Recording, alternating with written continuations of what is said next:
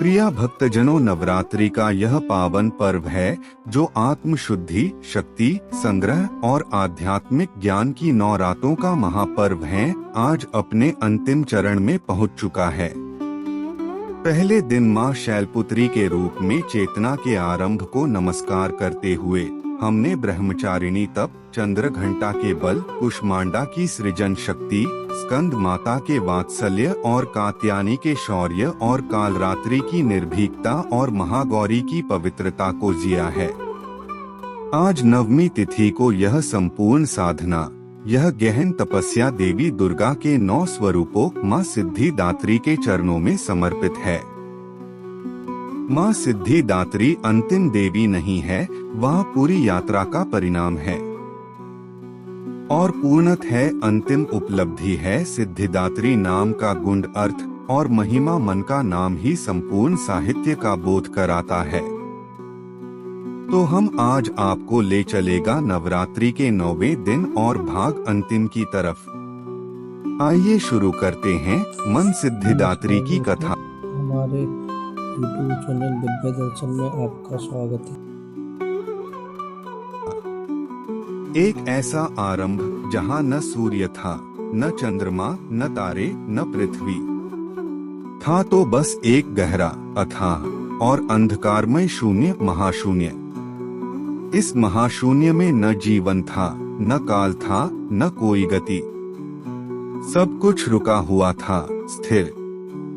यह वह समय था जब परम तत्व अपने अप्रकट रूप में विराजमान था। इसी महाशून्य के भीतर अचानक एक दिव्य अनंत प्रकाश पुंज प्रकट हुआ। यह प्रकाश इतना तेजस्वी था कि उसने उस गहरे अंधकार को भी प्रकाशित कर दिया। यह कोई साधारण ज्योति नहीं थी, यह परम शक्ति, आद्य शक्ति का स्वरूप था।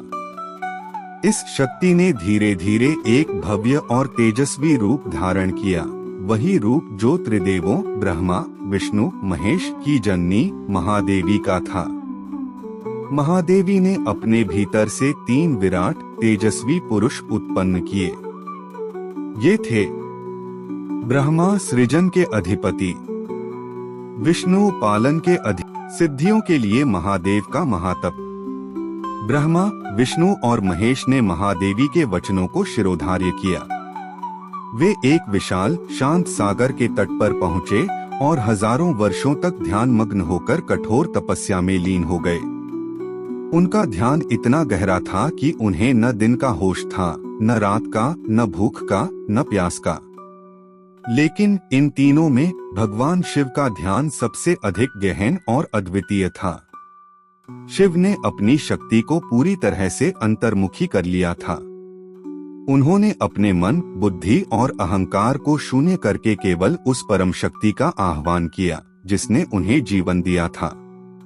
उनका तप इतना तीव्र हुआ कि उसका तेज तीनों लोकों में फैल गया। मां सिद्धिदात्री का प्राकट्य, वरदान की वर्षा। जब तपस्या की अग्नि अपनी पराकाष्ठा पर पहुंची, तब उस कमल के आसन पर विराजमान महादेवी का मन प्रसन्नता से भर उठा। उनका वह परम शांत वरदानी स्वरूप प्रकट हुआ जिसे संसार मां सिद्धिदात्री के नाम से जानता है। मां सिद्धिदात्री का स्वरूप अद्भुत था। वह चतुर्भुजा थीं, 4 भुजाओं वाली। उनके हाथों में चक्र, गदा, शंख और कमल पुष्प सुशोभित थे। वह सिंह पर नहीं बल्कि शुद्ध कमल पर विराजमान थीं। उनके मुख पर एक कोमल दिव्य मुस्कान थी जो पूरे ब्रह्मांड को शांति और करुणा से भर रही थी। मां ने अत्यंत मधुर स्वर में त्रिदेवों को पुकारा, मेरे प्यारे पुत्रों, तुम्हारी तपस्या से मैं अत्यंत प्रसन्न हूँ। वर मांगो। अष्टसिद्धि और अर्धनारीश्वर का रहस्य। भगवान शिव जो तपस्या में सबसे गहरे थे, उन्होंने हाथ जोड़कर कहा, हे जगत जननी, मैं संहार का कार्य करूंगा, पर मैं चाहता हूँ कि मेरा कार्य केवल विनाश न हो बल्कि रूपांतरण हो। मुझे ऐसी शक्ति दीजिए जिससे मैं शून्य से भी पूर्णता का निर्माण कर सकूं। मुझे सिद्धि प्रदान कीजिए।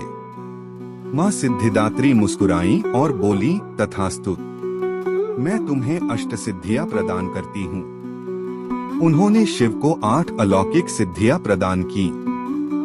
अणिमा अणु जितना छोटा हो जाने की शक्ति, महिमा असीमित बड़ा हो जाने की शक्ति, गरिमा असीमित भारी हो जाने की शक्ति, लघिमा पूर्ण रूप से भारहीन हो जाने की शक्ति, प्राप्ति कहीं भी कुछ भी प्राप्त करने की शक्ति, प्राका में इच्छित वस्तु या इच्छा पूर्ण करने की शक्ति, ईशित्व हर वस्तु पर पूर्ण नियंत्रण या प्रभुत्व की शक्ति, वशित्व सभी को वश में करने या प्रभावित करने की शक्ति। इतना ही नहीं, माँ सिद्धिदात्री ने परम शिव के प्रति अपने असीम प्रेम और सम्मान को प्रकट करते हुए एक और अविश्वसनीय वरदान दिया। वह अपनी आत्मा का एक अंश भगवान शिव के शरीर में समाहित कर गईं। और बस उसी क्षण भगवान शिव का आधा शरीर महादेवी के इस सिद्धिदात्री रूप में परिवर्तित हो गया। इस तरह वे अर्धनारीश्वर कहलाए, जो यह दर्शाता है कि पुरुष, शिव और प्रकृति शक्ति एक दूसरे के बिना अधूरे हैं। समस्त सृष्टि का विस्तार। इसके बाद माँ सिद्धिदात्री ने ब्रह्मा और विष्णु को भी उनकी आवश्यकतानुसार सिद्धियां प्रदान की। ब्रह्मा को सृजन की सिद्धियां मिली। उन्होंने असंख्य जीव जंतु, देवता, मनुष्य, गंधर्व और यक्ष बनाए। विष्णु को पालन और संरक्षण की सिद्धियां मिली। उन्होंने सारे ब्रह्मांड को संतुलन में रखा। माँ सिद्धिदात्री की कृपा से ही 14 लोकों का निर्माण हुआ।